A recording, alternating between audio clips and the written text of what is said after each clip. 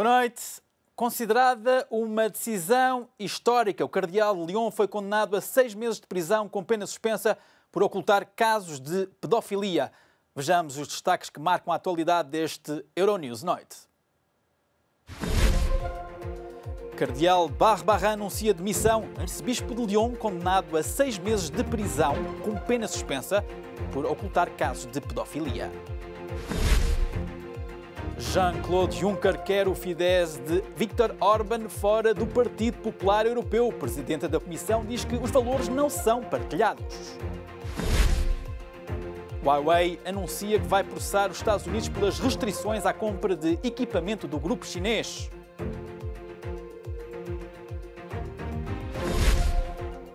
Não perca o nosso dossiê sobre o dia de luto pela violência doméstica. 12 mulheres mortas este ano em Portugal, o número mais elevado numa década.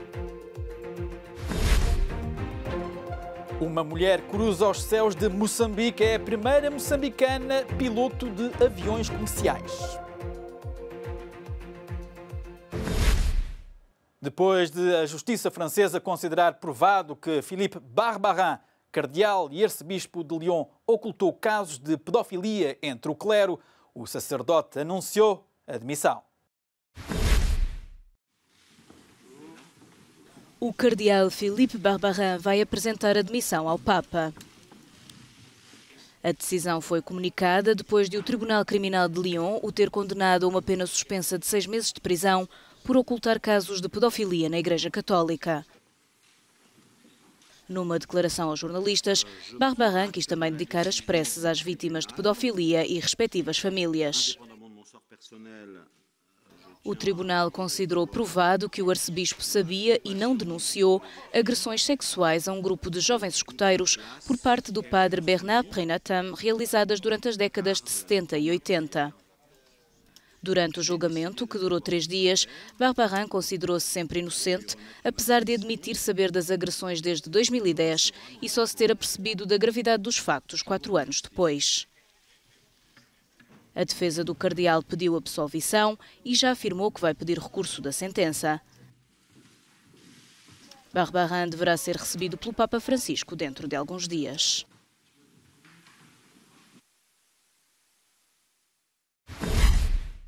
As vítimas do caso Barbarin dizem que é o final de 3 anos de luta e um momento histórico para a Igreja Católica e para o mundo.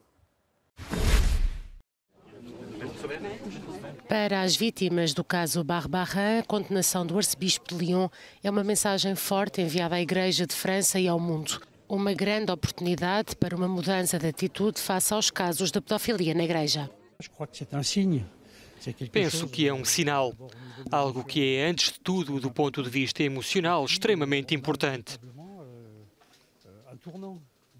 É realmente uma mudança porque nunca tivemos isto até agora. Temos algo que, em primeiro lugar, no nível da justiça, é muito importante, simbolicamente também. O cardeal Philippe Barbarin foi condenado por não ter denunciado os abusos cometidos contra menores durante 25 anos pelo padre Bernard Prenatam. A decisão encerra 3 anos de luta, 3 anos de luta pela justiça, 3 anos de luta que nem sempre foram serenos, mas que trouxeram muitos momentos de esperança. E acho que podemos dizer que haverá um antes e um depois desta sentença que nos diz que ninguém está acima da lei e que nós, apesar de pequenos, conseguimos mudar as coisas. Penso que hoje todos nós podemos sair daqui com a cabeça erguida. É provável que cresça uma consciencialização dentro da Igreja, talvez entre os fiéis que passam a olhar para a hierarquia de outra maneira. Também pode afetar outras vítimas. Agora podem ter coragem de falar acreditando na justiça e nos tribunais.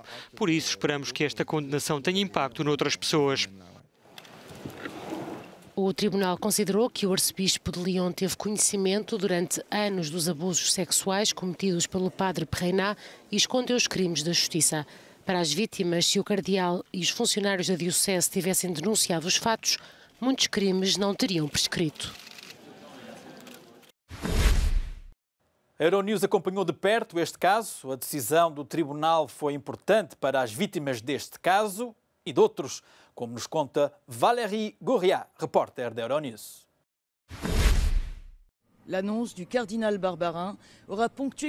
A renúncia do cardeal Barbarin soou como o último tiro de canhão no final deste julgamento, que os queixosos já consideram histórico.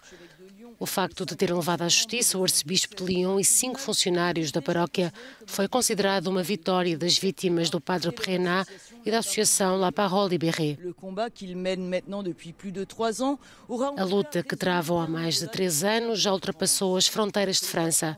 Agora resta saber se o Papa aceita ou não a renúncia. Independentemente da decisão, as associações das vítimas esperam que Roma tome medidas concretas contra a impunidade dos abusadores de crianças na Igreja Católica Romana. Valérie Gourriat, Lyon, Euronews. Jean-Claude Juncker já tinha deixado claro que o Fidesz, o partido liderado pelo primeiro-ministro húngaro Viktor Orbán, não devia fazer parte do Partido Popular Europeu.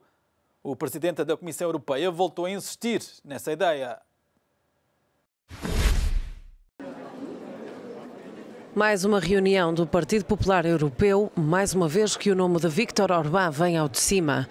Juncker tinha deixado claro que o Fidesz, o partido liderado pelo primeiro-ministro húngaro, não devia fazer parte do PPE. O presidente da Comissão Europeia não mudou de ideias. Já chega. Quem está a mentir em assuntos europeus e por razões políticas domésticas tem de se perguntar se quer continuar a ser membro do Partido Popular Europeu. Acho que ele não pertence aqui. Com as eleições europeias a chegar, o assunto Orbán não parece turvo para este candidato à presidência. Viktor Orbán tem de fazer uma reviravolta. Se ele não der espaço, o Partido Popular Europeu tem todas as opções, incluindo a expulsão. Um elo político quebrado que começou quando o governo de Budapeste revelou cartaz a atacar Juncker, que há muito critica o eurocetismo do primeiro-ministro da Hungria. Várias explosões em Cabul fizeram mortos e feridos, 3 dos quais crianças, esta tarde. O ataque aconteceu durante uma cerimónia oficial e não foi reivindicado. Cabul foi palco esta quinta-feira de várias explosões. Os ataques aconteceram durante uma cerimónia oficial que decorria na capital do Afeganistão. O Ministério da Saúde comunicou que das explosões resultaram pelo menos 3 mortos, 22 feridos, dos quais 3 são crianças. Não foram, por enquanto, avançadas mais informações sobre o porquê do ataque, até agora não reivindicado.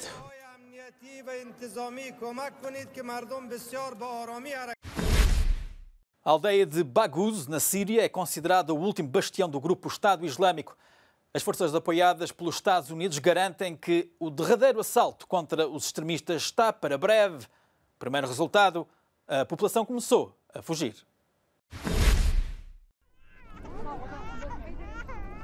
Centenas de pessoas, incluindo um grande número de mulheres e crianças, abandonaram nas últimas 24 horas o último reduto do Estado Islâmico na Síria, onde as forças apoiadas pelos Estados Unidos esperam retomar em breve o derradeiro assalto contra o grupo extremista. Nos últimos dias, mais de 7.000 civis fugiram do bastião jihadista na aldeia de Baghouz, no extremo oriental do país. A evacuação maciça tinha obrigado no passado domingo os combatentes curdos e árabes das forças democráticas sírias a reduzir as operações de combate contra os extremistas, concentrando-se, entretanto, na identificação de potenciais jihadistas que tentariam escapar entre os deslocados.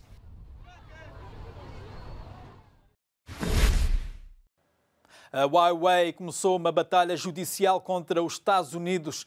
A gigante tecnológica avançou com um processo contra as suspeitas de alegada espionagem avançadas por Washington. É a resposta da Huawei à desconfiança de Washington sobre alegada espionagem.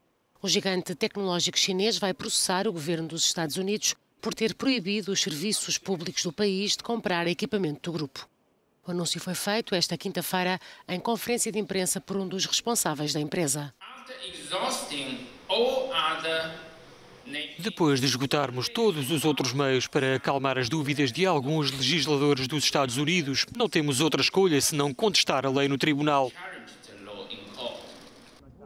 Guo Oping considera que Washington não apresentou nenhuma prova capaz de justificar as restrições e que a lei foi promulgada sem hipótese de defesa. O porta-voz do Ministério Chinês dos Negócios Estrangeiros mostrou que a decisão da Huawei tem o apoio do governo de Pequim. Acreditamos que é totalmente razoável e compreensível as empresas protegerem os seus direitos legítimos por meios legais. Em agosto do ano passado, Donald Trump proibiu o governo federal de utilizar tecnologias da Huawei e tentou persuadir países aliados a evitar equipamentos do grupo chinês, mostrando riscos de cibersegurança. Na resposta, Pequim anunciou que vai investir 2 mil milhões de dólares nesta área. Esta quarta-feira, a empresa inaugurou o Centro de Transparência e Cibersegurança em Bruxelas.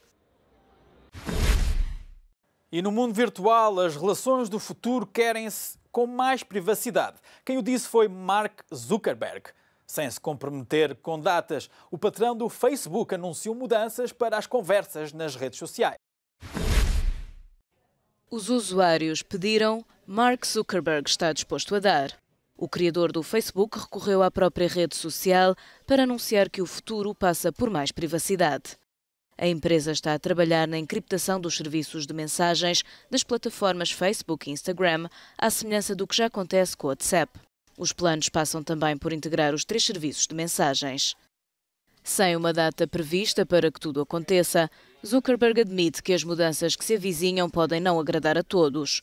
As alterações nas plataformas implicam uma limitação no acesso às mensagens por parte das autoridades e uma menor capacidade de gerar lucro através de publicidade direcionada. No entanto, garante, o mais importante é ver os utilizadores satisfeitos.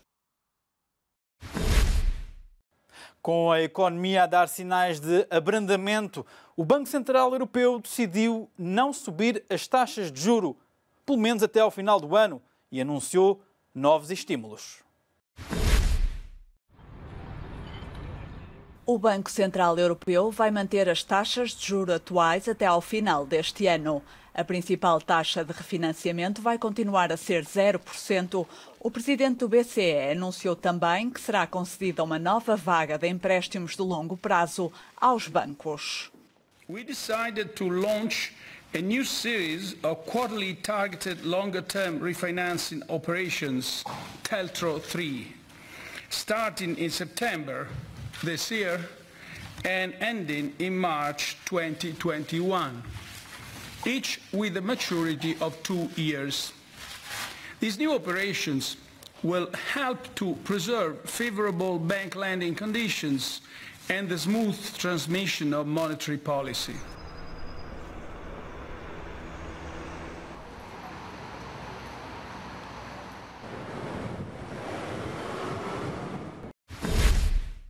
Ingerência nos assuntos internos. Foi esta a justificação para o regime de Nicolás Maduro expulsar o embaixador alemão para a Venezuela, Daniel Krenner.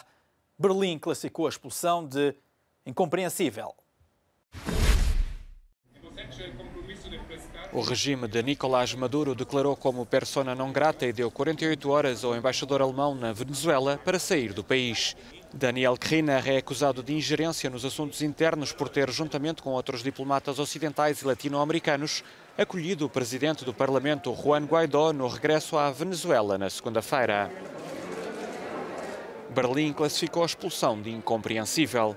Guaidó, autoproclamado presidente venezuelano com o apoio de meia centena de países, afirmou na Assembleia Nacional que o regime de Maduro está a ameaçar um país importante da Europa que oferece ajuda humanitária à Venezuela, não apenas a bloquear e queimar relações, mas a ameaçar verbalmente todos os que ajudam a Venezuela.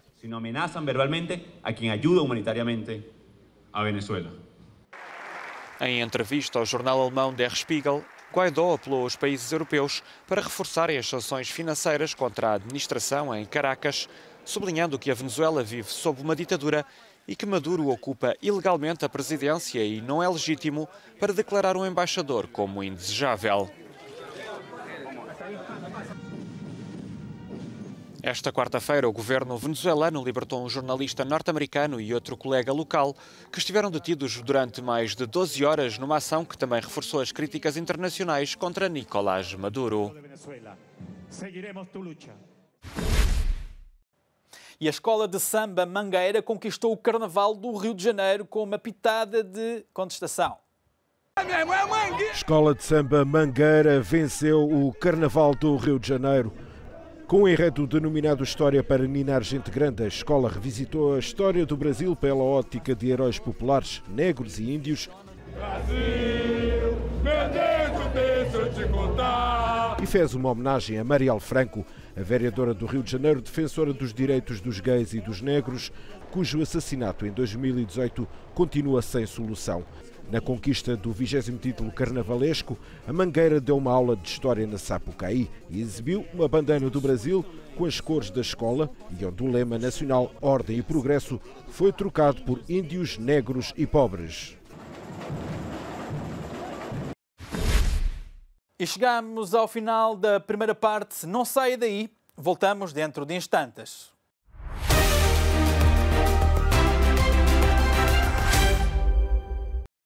Euronews Noite, segunda parte.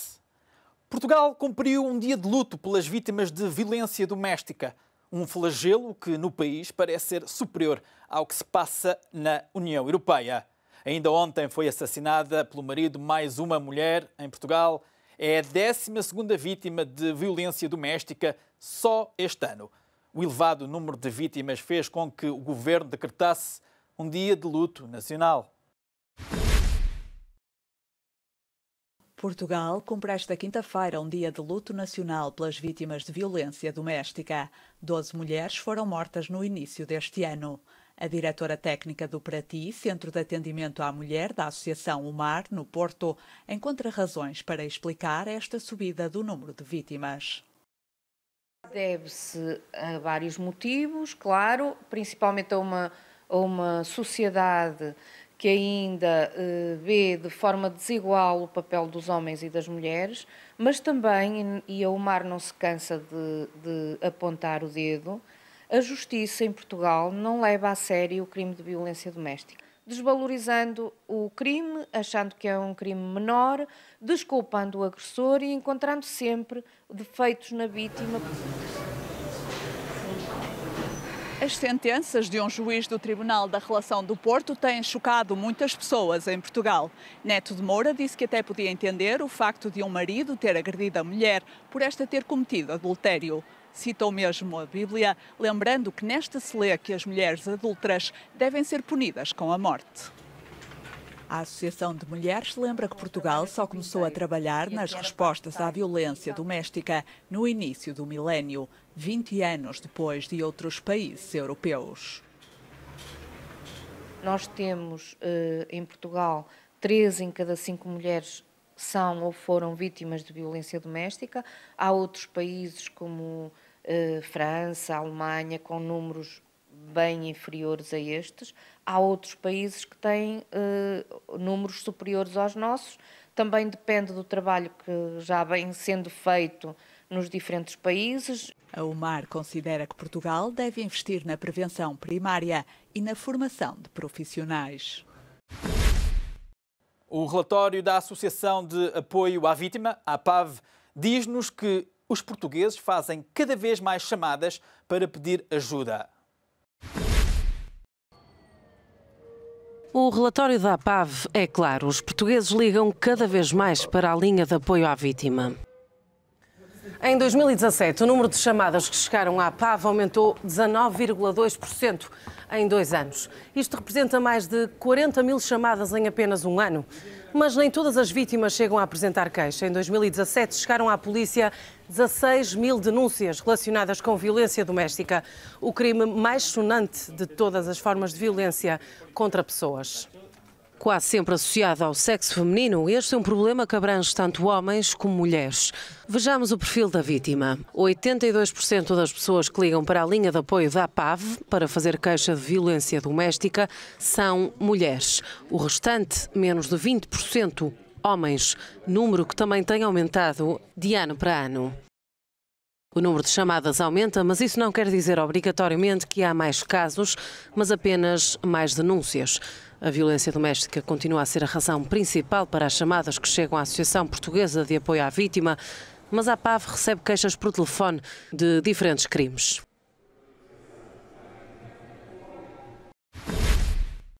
Para nos dar uma perspectiva por parte de quem trabalha por dentro sobre este flagelo. Temos connosco, a partir de Lisboa, Daniel Coutrin, coordenador da Rede de Casas Abrigo da Associação Portuguesa de Apoio à Vítima. Daniel, bem-vindo à Euronews. Como é possível que em 2019 o número de mortes seja já superior à última década? Obrigado pelo convite.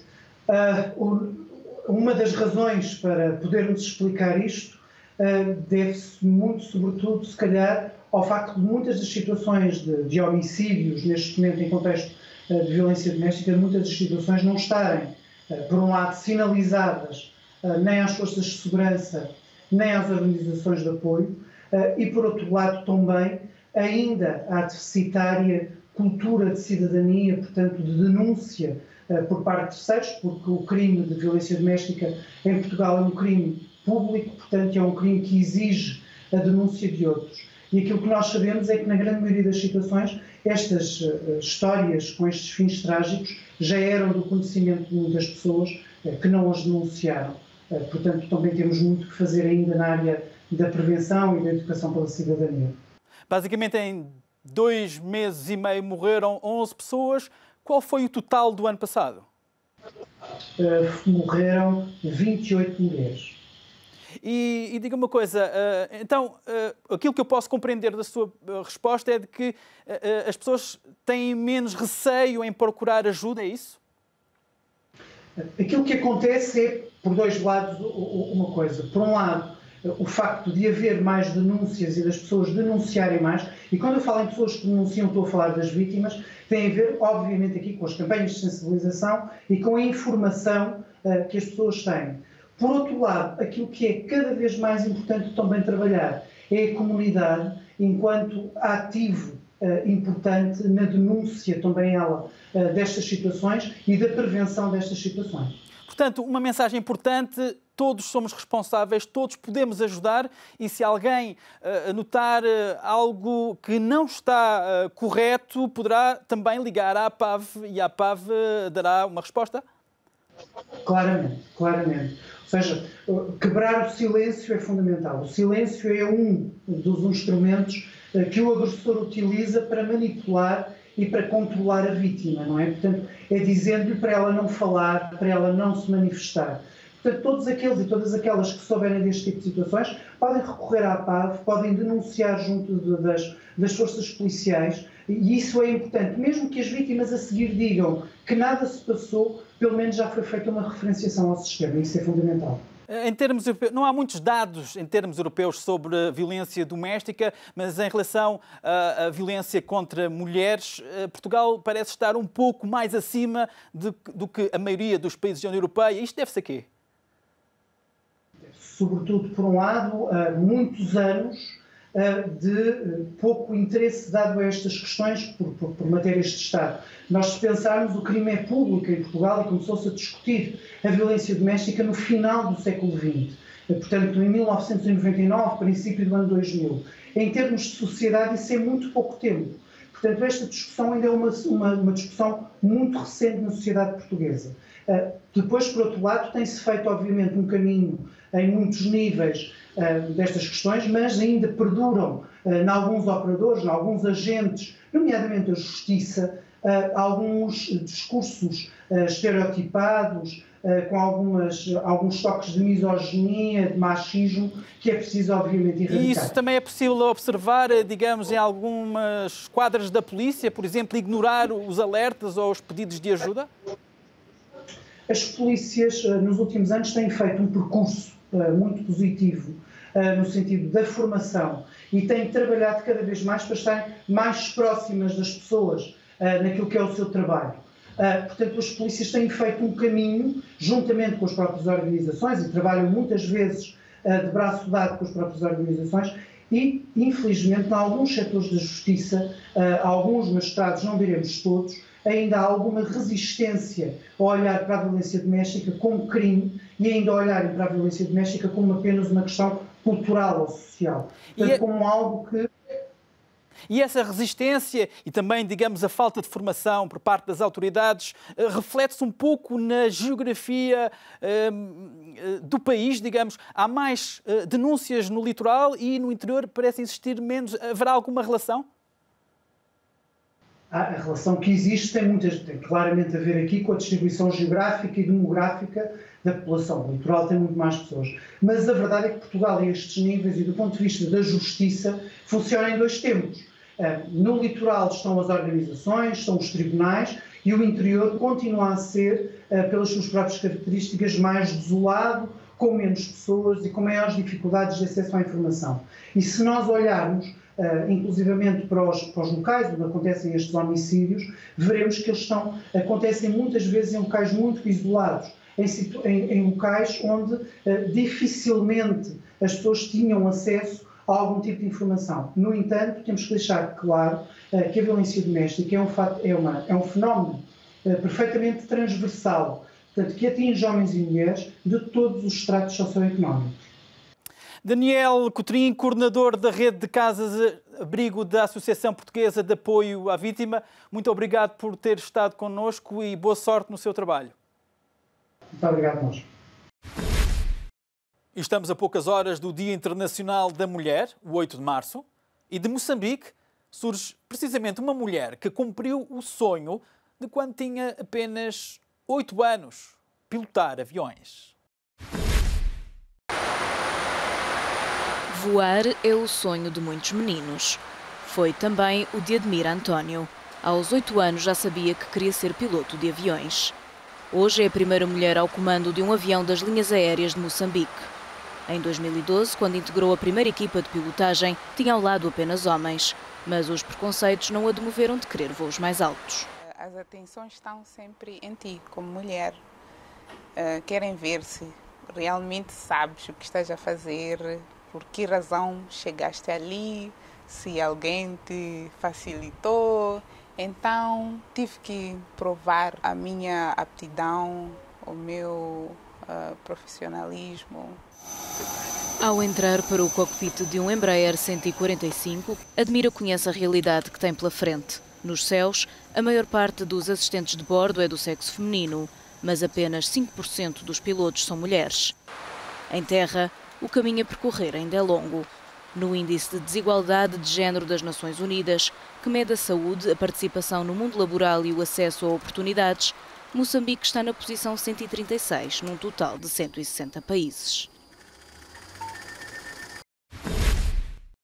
E dos céus de uma mulher que conquistou o sonho, aterramos no final desta edição do Euronews Noite. Obrigado por estar connosco.